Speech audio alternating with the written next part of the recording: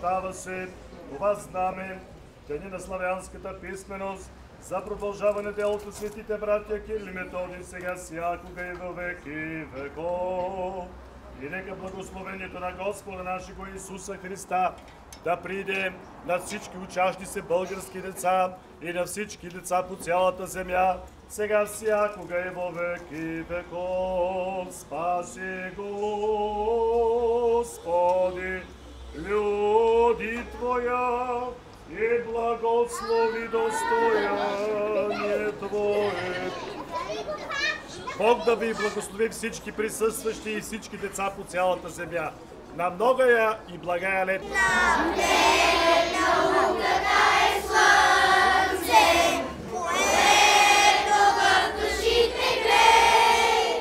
Напред науката светата, там дето знанието живее. Напред науката светата, там дето знанието живее. Госпожа Лидия Гюнелева, преподавател по история и география на България. Госпожа Антоанета Танева, преподавател по български език в гимназиалния курс. Отговаря за театралната дейност на гимназистите. Госпожа Здравка Момчева, преподавател по литература в гимназиалния курс. Госпожа Момчева отговаря за киноклуба. Втора година подред гимназистите правят прекрасен филм за живота си в училището. Освен това, госпожа Здравка Момчева е автор на прекрасния химн на нашето училище "Къде си", която отдавна ни помага, но вече е преподавател в нашето училище по народно пеене. Ще чуете какво е подготвила тя децата. Всички я знаят. Елена Рамбес, безценен помощник, ръководител на групата по народни танци. И най-младата, и най-красивата Невяна Анастасова, вашата учителка на предучилищната група "Азбукар". Мене ме знаете.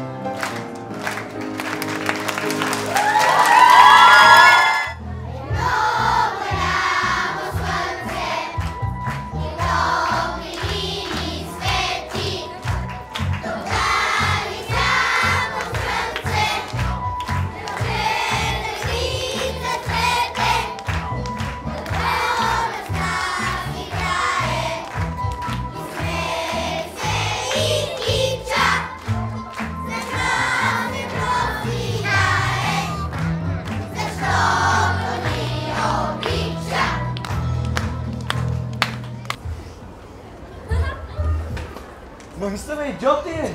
Я виж нагоре в небето! Колко е красив! Защо ли идва при нас? Не е тръгнал той тук така. Той, ако слезе с него, могат да се облекат целите аврамови махали. Не пада!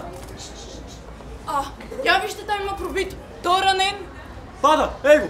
Пада! Напада ли? Ще ни помете! Хайде, Що не го хванем? И той идва от войната, значи е на никого. Ще го ловим и ще си го поделим.